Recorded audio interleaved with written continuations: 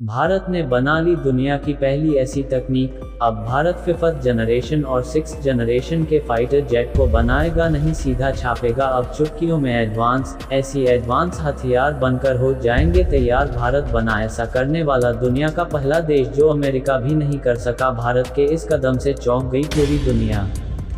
दोस्तों, जिस fighter jet को बनाने में भारत को काफ़ी समय लग जाता था, जिसकी वजह से दूसरे देशों से फाइटर जेट को इंपोर्ट करना पड़ता था, लेकिन अब भारत दुनिया के एडवांस से एडवांस फाइटर जेट को चुटकियों में छाप देगा। जी हां दोस्तों, आप सही सुन रहे हैं। भारत अब फाइटर जेट को बनाने में अपना समय बर्बाद नहीं करेगा, अब सीधा फाइटर जेट को छाप देगा। अब भारत को जिस भी हथियार की ज़रूरत होगी उसे चुटकियों में छापकर तुरंत इस्तेमाल करने लायक बना लेगा। और दोस्तों, आपको बता दें, भारत के इस कदम से चीन, अमेरिका और रूस हर जगह भूचाल आ गया है। पूरी दुनिया हैरान है कि जो कोई नहीं कर सका उसे भारत ये कैसे कर दिखाया।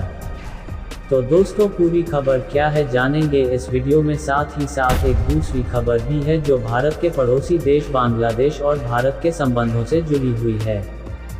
तो दोस्तों, दोनों खबर आपको इस वीडियो में बताएंगे। दोनों खबर काफ़ी इम्पोर्टेंट है, सभी को जानना बेहद ज़रूरी है। लेकिन उससे पहले भारत के इस कामयाबी के लिए इस वीडियो पर एक लाइक तो बनता है, फटाफट वीडियो को लाइक कर दीजिए। दरअसल दोस्तों, भारत दुनिया का पहला देश बनने जा रहा है जो 3D प्रिंटिंग की तकनीक का यूज़ करके अपने नेक्स्ट जनरेशन के एयरक्राफ्ट को तैयार करेगा। यानी कि इस तकनीक के इस्तेमाल से भारत अपने 5th और 6th जनरेशन के फाइटर जेट्स को तैयार करेगा। आपको बता दें, एक फाइटर जेट में लगने वाले इंजन और इलेक्ट्रॉनिक कंपोनेंट्स को छोड़कर के उसके पूरे स्ट्रक्चर को 3D प्रिंटिंग के जरिए तैयार किया जाएगा। और जब पूरी तरह से स्ट्रक्चर तैयार हो जाएगा तो उसमें कोई जॉइंट भी देखने को नहीं मिलेगा। कम समय और साथ ही कम लागत में इस तकनीक का इस्तेमाल करके भारत अपने फाइटर जेट को तैयार कर लेगा। दोस्तों, आपको बता दें कि अभी तक भारत 3D प्रिंटिंग की तकनीक का इस्तेमाल घर बिल्डिंग, इंजन और रॉकेट बनाने में कर चुका है, जिसमें भारत को सफलता भी मिली है। लेकिन अब फाइटर जेट भी इस तकनीक के माध्यम से बनाए जाएंगे। बता दें कि भारत दुनिया में ऐसा पहला देश बनने जा रहा है जो हर कोई बनने की कोशिश कर रहा है लेकिन नहीं बन सके, लेकिन भारत ने करके दिखा दिया है। जी हां, लेकिन इस पर भारत को ध्यान देकर चलना होगा, तभी भारत इस तकनीक को और भी ऊपर ले जा सकता है। अब आप सभी को बता दें कि सबसे पहले भारत अपने 5th जनरेशन के fighter jet advanced medium combat aircraft यानी कि एमका के लिए इसका इस्तेमाल करेगा।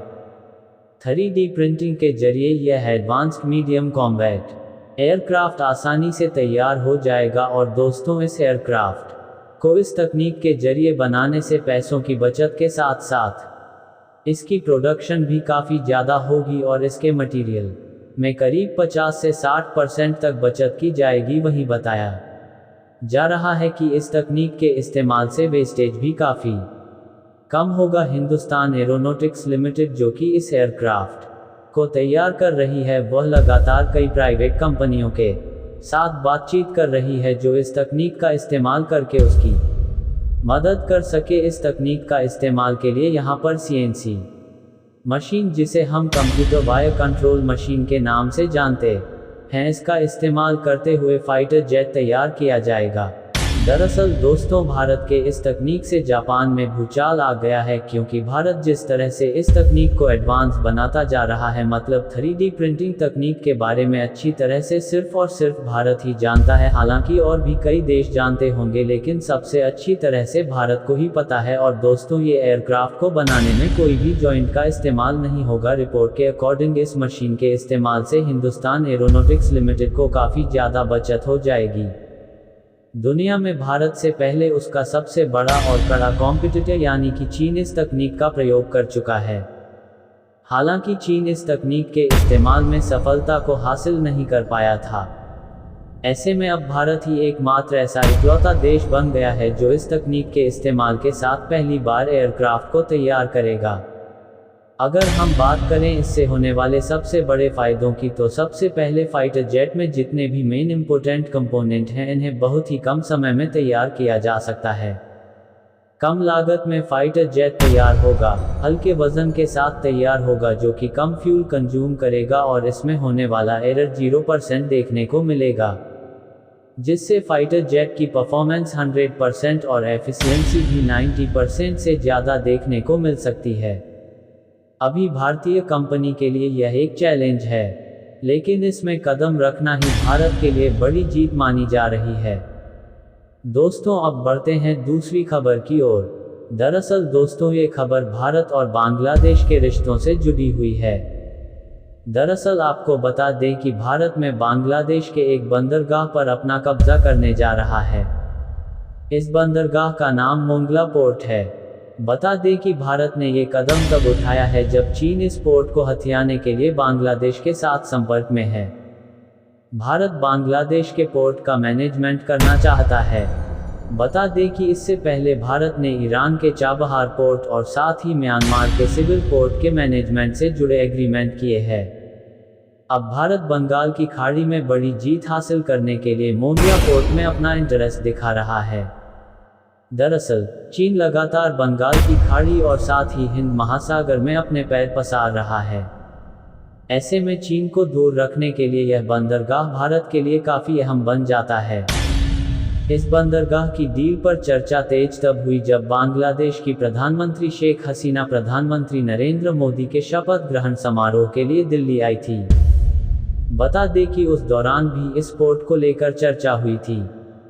इसके अलावा सूत्रों की माने तो बांग्लादेश की प्रधानमंत्री शेख हसीना जून के अंत या फिर जुलाई की शुरुआत में भारत की यात्रा पर आ सकती है और इसी यात्रा के दौरान इस डील को फाइनल किया जा सकता है। भारत के लिए नॉर्दर्न और ईस्टर्न स्टेट के हिसाब से यह ट्रांसशिपमेंट हब बन सकता है। Mongla port chicken neck corridor को बाईपास करता है। ऐसे में भारत के लिए काफ़ी अहम बन जाता है। भारत अपने नॉर्थ और ईस्ट राज्यों के साथ बेहतर तरीके से इस पोर्ट के जरिए कनेक्ट हो सकता है। भारत में इंडिया पोर्ट ग्लोबल लिमिटेड के एक डेलीगेशन ने पहले ही बांग्लादेश के इस बंदरगाह पर जाकर इसका आकलन भी किया था और बातचीत लगातार जारी है। बता दें कि पोर्ट पर भी लगातार कंटेनर और कार्गो पाते हैं। ऐसे में वहां के ऑपरेशन के लिए बांग्लादेश की शिप अथॉरिटी बढ़ते शिपमेंट और कार्गो शिप के मैनेजमेंट की जिम्मेदारी भारत को दे सकती है।